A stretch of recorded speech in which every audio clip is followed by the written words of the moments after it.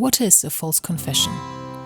It's when someone who's being interrogated, for example by a law enforcement officer, claims responsibility for an offense they have not committed.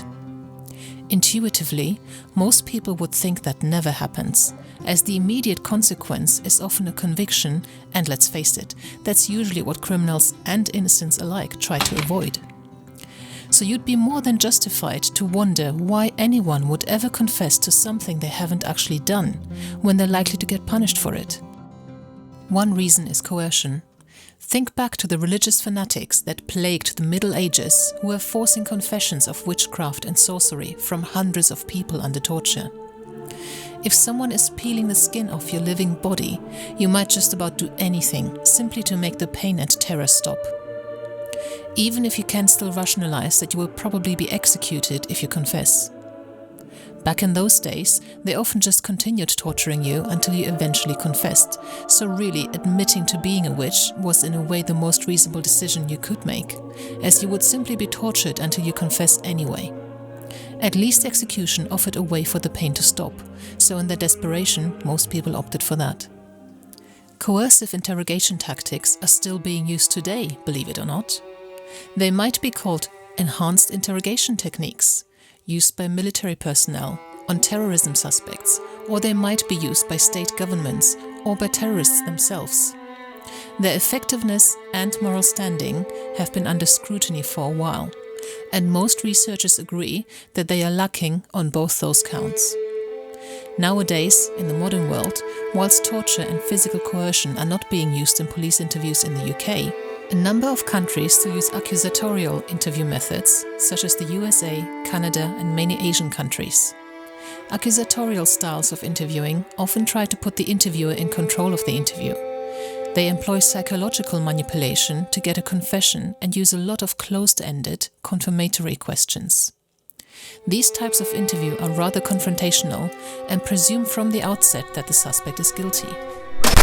There is a different style of interviewing, which is an information-gathering approach, where the goal is not a confession, but obtaining a true account of events from the suspect.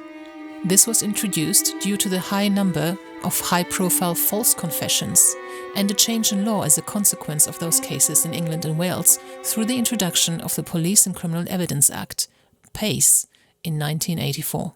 This prohibits using manipulative techniques and requires all interviews to be audio recorded.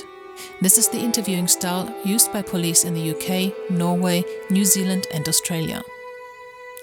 When you compare the two methods, accusatorial versus information gathering, to each other, you find that accusatorial interviews increase the risk of false confessions, whereas information gathering approaches do not tend to expose innocent parties to this increased risk, but still enable the interviewer to get a guilty suspect to admit their guilt.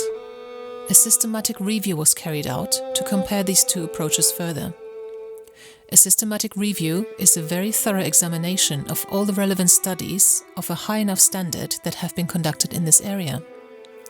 This review found that both techniques were better at obtaining true confessions from guilty suspects than interviews using none of those tactics.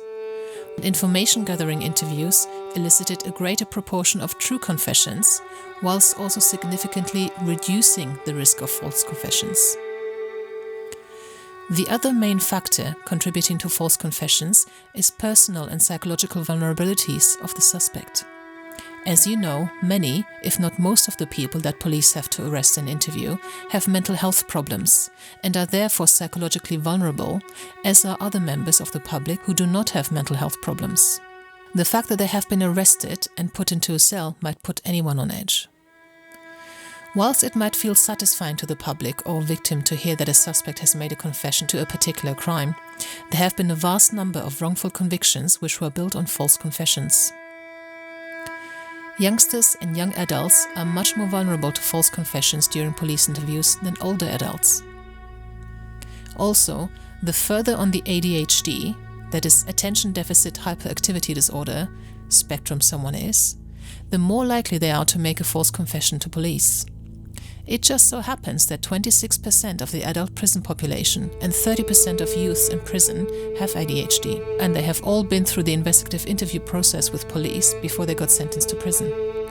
Suggestibility is a main factor that can risk an individual making a false confession. This is the term for the tendency to accept and act on suggestions of others, for example, suggestions by an accusatorial interrogator. Interview techniques that use false evidence and leading questions, both of which are still legal interrogation practices in the USA, for example, can cause a high proportion of young adults to internalize and retell false beliefs about their own guilt. You can actually change a person's memories and even plant false memories in someone by feeding them the information you want the scenario to have and asking the individual to imagine having that experience. So, how do you avoid a false confession? If you want to conduct an ethical, effective interview, your goal should be obtaining the truth from the suspect, not a confession. Remember, the suspect in front of you might well be innocent. If you somehow get the wrong person to admit to a crime, the consequence is that the actual perpetrator, who might be a very dangerous individual, remains out in the community, whilst an innocent person is rotting in prison, potentially because of how they were interviewed. Conduct the interview without preconceptions about the suspect's guilt. Stay open-minded. Treat the suspect with respect and deal with them as an equal. Yes, as a law enforcement officer, you have a certain authority, but if you want to investigate properly, don't cloud the interview with that authority. Put your efforts into building rapport with the suspect. Look after them whilst they are with you and try to minimize the stress of the situation for them. Try to get them to relax and be transparent about the process of the interview. Check with them how they would like to be addressed, if they understand what you have explained, and that you can pause the interview if they get upset for any reason. Make an effort to establish a relationship that is collaborative rather than confrontational. If they really did commit the offense, make it easier for them to open up to you about it. Be honest with them if you want honesty in return. Do not use any kind of coercion, pressure, manipulation, or deception at any point in time. You are better than that, and in many countries that practice is now illegal. Use very clear language and questions that are easy to answer. Most of your questions should be open-ended, which means there's no one-word answer, such as yes or no, or Tuesday. Invite the suspect to give you their account and encourage them to provide details.